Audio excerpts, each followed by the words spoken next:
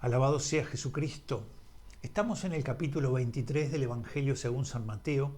Todo este capítulo es una fuerte y dura reprensión contra los fariseos.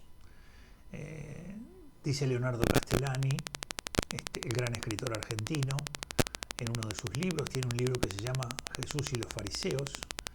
Dice él allí que el pecado de los fariseos es un pecado del espíritu. Él dice que el pecado de la carne es un pecado de corrupción, y por lo tanto manifiesta cierta debilidad, pero en cambio el pecado del espíritu, dice él, es un pecado de perversión, de maldad. Y esto es lo que se ve en las cosas que Cristo hoy muestra de los fariseos. Este capítulo 23 está totalmente dedicado a ellos y especialmente es una gran condena a los fariseos. Las tentaciones de los fariseos son volver la religión en una realidad puramente exterior, el validar por encima de todas las cosas la exterioridad. Y al validar la exterioridad buscar la vanagloria, es decir, el reconocimiento del hombre.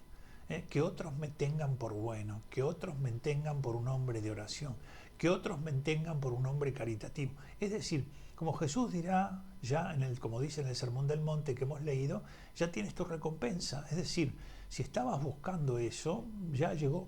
Por lo tanto, no esperes que el Padre venga a darte su recompensa, que es darse Él como Padre y tú que vivas como su Hijo. Por eso cuidado con esas cosas exteriores que terminan siendo la búsqueda de la gloria personal, es decir, reconocimientos humanos, alabanzas humanas. Cuidado, este es el problema del fariseísmo. Les gusta ser vistos, les gusta ser reconocidos, les gusta que la gente los tengan por tal cosa, por tal otra. Es decir, están detrás de todas esas realidades y está vacío el interior, como dice Castellani, y por lo tanto es una religiosidad que genera estos problemas, ¿verdad? Es una tentación permanente para el hombre religioso. Y Jesús lo advierte justamente porque puede estar allí el mal. Veamos de modo general qué es lo que encontrarán en este capítulo 23. Te invito a que busques conmigo, a que sigas en tu Biblia. Del versículo 1 al 12 está la hipocresía de fariseos y de escribas, descubierta por Cristo y enseñada por Cristo. A partir del versículo 13 hay 7 ayes contra los fariseos y los escribas. Del 13 al 32, tú los podés ir mirando allí.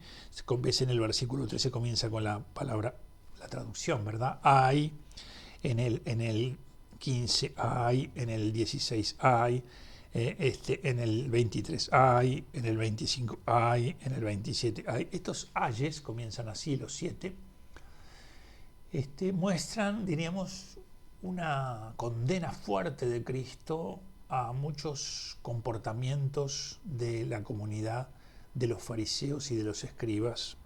A partir del versículo 33 y hasta el 36 va a calificar a esta comunidad como una raza de víboras, lo cual será muy duro. ¿Por qué? Porque la raza de víbora manifiesta, por un lado, la maldad venenosa que se encuentra en estas comunidades, y enseñará justamente cómo él enviará a muchos para anunciar el reino y que van a padecer a manos de los escribas y de los fariseos. A partir del versículo 37 va a hablar sobre Jerusalén, versículos 37 al 39, Jerusalén, Jerusalén, que matas a los profetas y apedreas a los que les son enviados. Esta tragedia de Jerusalén es la ciudad de Dios, es hacia donde va, ¿verdad? El pueblo, es el centro religioso por excelencia, y en cambio, cuando vienen los enviados de Dios, muchas veces en vez de alegrarse con ellos, se entristecen, y no solo se entristecen, sino que los silencian matándolos. Por eso Jerusalén, Jerusalén, que matas a tus profetas, es la palabra justamente que Jesús dirige en este final del capítulo 23. Vayamos a esas partes que tiene este capítulo. Comencemos con la primera, que está vinculada con esta cátedra de Moisés que los fariseos tenían. Entonces Jesús se dirigió a la gente y a sus discípulos, es decir, la gente está influida por este discurso fariseo. Los fariseos deberían reconocer en Cristo el Mesías. Al interpretar las Escrituras deberían reconocerlo. O al ver las obras de Cristo deberían reconocerlo, pero no lo hacen. Y entonces dice Jesús, en la cátedra de Moisés se han sentado los escribas y fariseos. Son los que enseñan, son los maestros que enseñan. Se han sentado porque son como aquellos que suceden, los sucesores de la interpretación y de la enseñanza de la ley. Y al hacerlo, en lugar de llevar las cosas en dirección del Mesías, no lo hacen, sino que obstaculizan el encuentro con el Mesías por el modo que tienen ellos de interpretar. Jesús de los fariseos y de los escribas va a plantear determinadas cosas que están presentes en este relato. Por un lado, insiste en no imitar la conducta que tienen, porque su enseñanza dice una cosa, pero su conducta dice otra. Por otro lado, atan cargas pesadas, es decir, ponen sobre los demás para poder cumplir una serie de preceptos que son pesadísimos, y en cambio ellos no mueven un dedo. Otro elemento que Jesús critica y condena es que quieren ser vistos, y al ser vistos quieren ser reconocidos. Toman los primeros puestos en los banquetes, en las sinagogas, en las plazas. Quieren ser saludados como maestros, maestros de la comunidad. Esto eran, pero esa conducta que tenían invalidaba totalmente la enseñanza que daban. Movidos por la vanagloria, buscaban reconocimientos humanos, y esa exterioridad era el mal que pregonaban con este tipo de posturas. Sigamos con esta lectura del 23. Según lo que yo les he adelantado, haced pues y observad todo lo que os digan, pero no imitéis su conducta, porque dicen y no hacen, ¿no? Atan cargas pesadas y las echan a las espaldas de la gente, pero ellos ni con el dedo quieren moverlas. Todas las obras las hacen para ser vistos por los hombres, ensanchan las filacterias, las mangas, alargan las orlas del manto, quieren los primeros puestos en los banquetes y los primeros asientos en las sinagogas, que se les salude en las plazas y que la gente les llame maestros. Ven cómo hay, diríamos, una vanidad, una vanagloria que se busca, de manera que Jesús advierte a sus discípulos y a ese pueblo sobre los fariseos, porque el fariseísmo está como una realidad latente para cualquier hombre religioso. Todo hombre religioso puede tener fariseísmo. Los fariseos allí ya lo tenían, pero esto después, el querer ser vistos, el querer ser reconocidos, el querer ser tenidos por buenos, es decir, vivir de cara a los hombres, lo que Jesucristo en el Sermón del Monte quiere que se tenga cuidado. Y a partir del versículo 13 hay 7 maldiciones, 7 ayes durísimos que Cristo tiene contra los fariseos. Hay de vosotros, escribas y fariseos hipócritas. Los 7 van a comenzar de esta manera. Acuérdense que el número 7 es como un número de plenitud. ¿Cuántas veces tengo que perdonar? 70 veces 7. ¿Qué quería decir? Siempre. Quiere decir que aquí se enumeran 7, pero estos son como una imagen de males que tienen enquistados en la comunidad, y que es justamente esta intención de que el corazón se pervierte y solo se quedan acciones exteriores, que las acciones exteriores no están movidas por un corazón que está en conformidad con el bien y con la paz y con la misericordia. ¿Cuáles son las cosas que Cristo advierte sobre los fariseos? El primer ay, las 7 van a comenzar así, ay, el primer ay está vinculado con dice Jesús que ellos cierran a los hombres el reino de los cielos. ¿Por qué cierran a los hombres el reino de los cielos? Porque eran intérpretes de la ley, porque eran maestros de las Escrituras. Y en lugar de conducir a los hombres hacia el Mesías, que es hacia donde la Escritura señalaba, se lo impiden. ¿Por qué? Y por el contrario, los ponen contra el Mesías con sus influencias y con esos modos que tienen de interpretar la ley. De manera, vosotros ciertamente no entráis, y a los que están entrando no les dejáis entrar. El segundo de los ayes que aparece aquí es sobre el proselitismo. ¿Por qué? Porque los fariseos tenían la costumbre de ir a ser prosélitos. Pero el prosélito era un hombre no nacido de mujer judía y por lo tanto no era de la raza judía. Y esta pertenencia al pueblo judío le venía por la adhesión que tenía y que expresaba a todas las normas judías, las leyes judías. Y entonces, de la misma manera que impedían que los judíos llegaran al Cristo como Mesías, en el caso de los prosélitos se volvían más fanáticos. Y hay muchos testimonios de rabinos que hablaban de la dificultad que a veces tenían con prosélitos que se habían vuelto muy fanáticos por las enseñanzas que se les habían dado. Y entonces, evidentemente que también no eran conducidos hacia el Mesías. Hay de vosotros ciegos, se llamaban maestros, pero tenían una gran ceguera. Por ejemplo, en este caso había un abuso de los juramentos. Jesucristo en el Sermón del Monte va a hablar sobre esto. Y este abuso sobre los juramentos hacía que se pusiera el énfasis en estas realidades. ¿Ven? Son todas cosas exteriores que van formando como una idea de lo que supone la vida religiosa y que distorsionaba totalmente aquello que había enseñado Dios.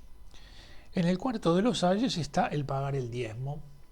Les dice nuevamente a los fariseos que son hipócritas porque pagan el diezmo de la menta, del aneto y del comino, cosas pequeñas podríamos decir, pero en cambio se pierden lo grande. Se pierden, dice Jesús, la justicia, la misericordia y la fe. Hay una comparación entre el estar demasiado en las cosas pequeñas, con mucho rigor y con mucha observancia, y en cambio perderse las cosas grandes. Podríamos decir que lo mismo que cuando les dice, cuelan, ¿verdad?, el mosquito y se tragan el camello, ¿no? Andan detrás de cositas pequeñas y en cambio las cosas grandes no las ven. Y aquí están celosos por el pago del diezmo, pero en cambio no por la justicia. Están celosos por el pago del diezmo, pero no por la misericordia. Siendo que en la Escritura decía, misericordia quiere y no sacrificios. En el quinto de los lugares hablan de las purificaciones. Ustedes saben que estaban llenos de ritos de abluciones, de purificaciones. Cuando iban al mercado, cuando volvían, cuando tenían que celebrar tal cosa, si estaban en casa donde había un muerto. Es decir, llenos de purificaciones. Esas purificaciones, esas abluciones rituales, ¿no? Hay de vosotros que purificáis por fuera la copa y el plato, mientras por dentro están llenos de rapiña e intemperancia. ¿Verdad? Cumpliendo con los ritos exteriores, pero en cambio el corazón, este pueblo que me honra con sus labios, pero su corazón está lejos de mí. Podríamos decir que aquí se sintetiza. Practican esas cosas exteriores, pero en cambio el corazón está lejos. ¿Por qué? Porque en realidad lo exterior no es fruto de lo interior, que es lo que debe ser. En el sexto, es la moral. Dice Cristo que son sepulcros blanqueados. Ya había dicho, no copias sus comportamientos, le había dicho a los discípulos. Y la séptima, hay de vosotros porque edificáis los sepulcros de los profetas y adornáis los monumentos de los justos. ¿No? Y en cambio, dice, si nosotros hubiéramos vivido en el tiempo de nuestros padres, no habríamos tenido parte con ellos en la sangre de los profetas, con lo cual atestiguáis contra vosotros mismos, que sois hijos de los que mataron a los profetas. Por decirlo así, son como homicidas de profetas y de justos. De hecho, Cristo va a ser el que padecerá esta injusticia. Y a partir del versículo 33 y hasta el 36, va a calificar a los fariseos y a los escribas como hijos de una maldad venenosa. Dice, serpientes, raza de víboras. Esta expresión es dura, durísima.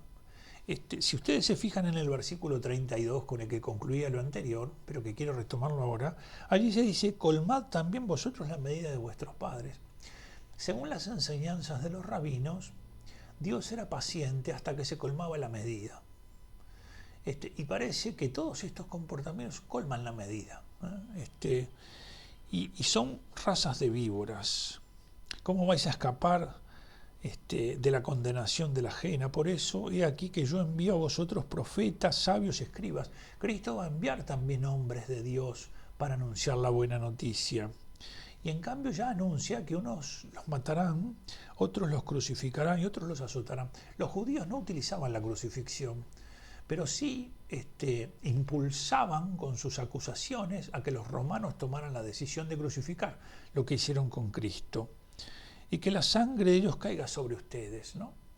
Que caiga sobre ustedes. Es decir, toda esa injusticia y todo ese mal, que es como una sangre que se derrama, es una sangre que viene sobre ellos. Y finalmente, versículo 37, al final, Jerusalén, Jerusalén, la que mata a los profetas y apedrea a los que son enviados. Qué misterio de sobre Jerusalén, ¿no? Los añoran, los extrañan, imploran que lleguen, en cambio cuando aparecen, sienten que la palabra es una palabra que los interpela y a la que no están dispuestos a obedecer. Sienten que la conversión a la que reclama no están dispuestos a vivirla y entonces la silencian. Y esta es una tragedia, ¿no? Jerusalén, Jerusalén, acaban de hacerlo con el Bautista. Añoraban la voz profética, hacía 400 años que no aparecían los profetas, y cuando aparece el Bautista, la palabra del Bautista es una palabra que la sufren, porque los profetas son libres, tienen que ser obedientes a la palabra y se vuelven libres, pero con un juicio tan de Dios que penetra en el corazón haciendo ver la realidad. Es como si a mí me pusieran delante de un espejo que me mostrara todo mi mal. Y entonces no tengo modo de defenderme de esa realidad. Podría delante de los demás decir un montón de cosas, pero delante de mí, frente a esa realidad, yo solo puedo ver cuánta verdad está diciendo. Y la verdad, muchas veces, equivocadamente, estos grupos piensan que hay que silenciarla. Pues bien, se os va a dejar desierta vuestra casa, por eso, os digo que ya no me volveréis a ver hasta que diga bendito el que viene en el nombre del Señor. Un capítulo durísimo contra los fariseos, que Jesús condena y que al mismo tiempo advierte, por eso enseña a los discípulos. Muchas de las cosas que eran tentaciones y modos de vida de los fariseos, lo serán de todo hombre religioso en todos los tiempos.